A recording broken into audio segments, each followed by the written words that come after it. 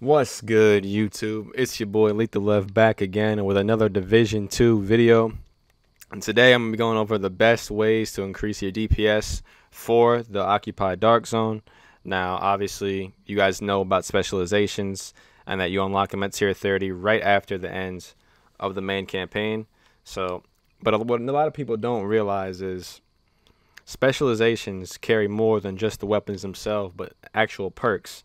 So I rock with Demolitionist because it gives me plus 15% LMG and SMG damage, which are the two guns that I decided to use.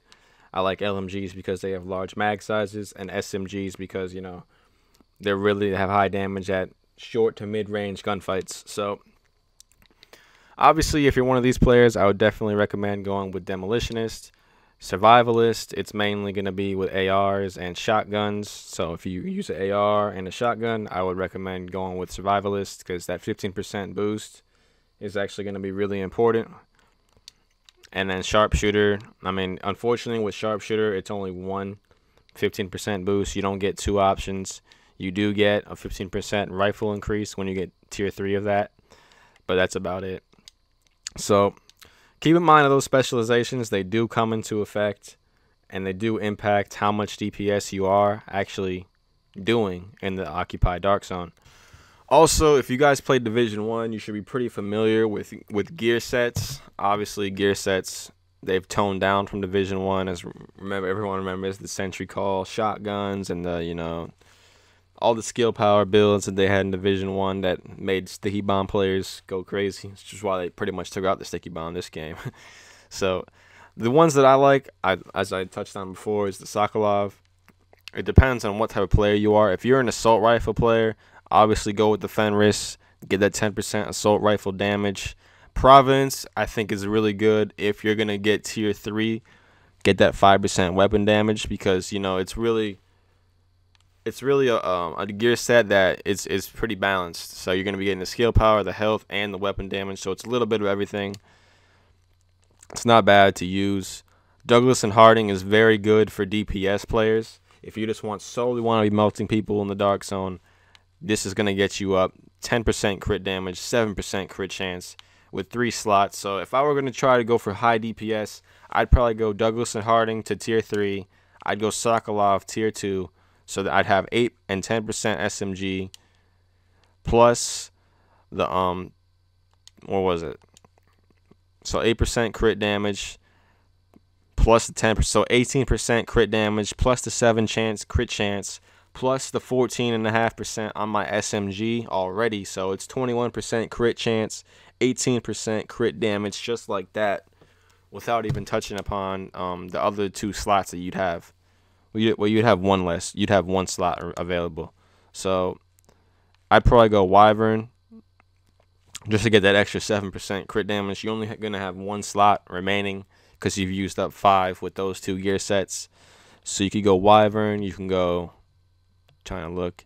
Obviously, this is basically, I'm just giving you guys my suggestions if you're an SMG or a light machine gun player. There's another gear set that gives you plus 10% light machine gun damage at tier 1. I'm trying to find it. Oh, here we go. Petrov. So what I use is I use a 1 Petrov.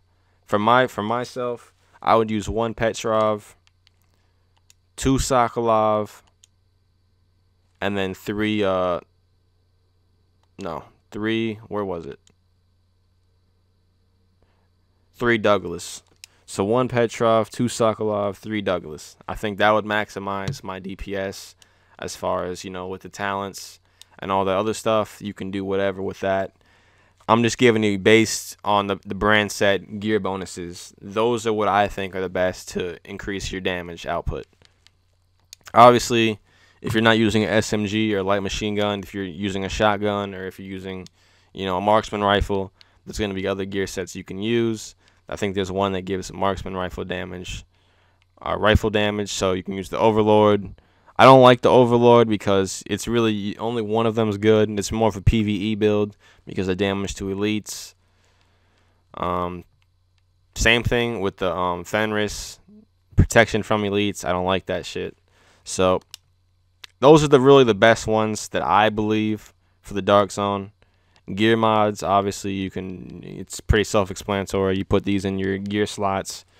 If you have different gear mods, you can put them different things. So if you have an offensive based gear piece, you can put an offensive one in. If you have a defensive based one, you can put a defensive one in. So furthermore, crafting is going to be big and trying to get your DPS up. Obviously, you can upgrade your crafting bench. You want to be constantly upgrading your bench to world tier 4. That way you can craft the best stuff. Hold X and that should be able to do it, or score on PlayStation. And then recalibrations are really key, because with recalibrations, you're going to want talents that, you know, are beneficial for increasing your DPS. So with this M16, I'm just showing, I don't really use this gun, but I'm just showing you the talents. So Ranger is one of the best talents in the game, because for every 5 meters you are away from the target, you get an extra 2% weapon damage. So the farther you are, basically, the more damage you're doing. But that's going to come into effect your optimal range then. So with all these guns, you're going to want to obviously have plus with crit chance and crit damage. So all these things right here, crit chance, crit damage, anything that has to do with AI or the PvE, you want to get rid of. So I'm checking to see if there's anything. Cooldown reduction you don't want. There's no real point for cooldown reduction, because it's just basically, that doesn't help you in a gunfight. That helps you after a gunfight, really. Same thing with all these. Obviously, health, bonus armor, skill power are all important. It's going to be on you to determine whether you want to get crit chance or crit damage or weapon damage. And like I said, all the talents, there's many different talents that you could do. Doesn't really matter. It just basically, whatever talents gives you the most damage. So also, you're going to want to be able to test it out at the gun range. So the gun range will actually show you how much damage you're doing at different ranges. So say I'm shooting this far, it'll tell me how far I do the damage. So 15k, I go all the way back here, 14k. So you notice how the damage, it falls off the longer the range. So that's going to deal with your critical range. That's about it for the video. Thank you guys for watching. Make sure to like, comment, subscribe for more Division 2 content. It's been your boy Lethal. I'm out, man. Peace.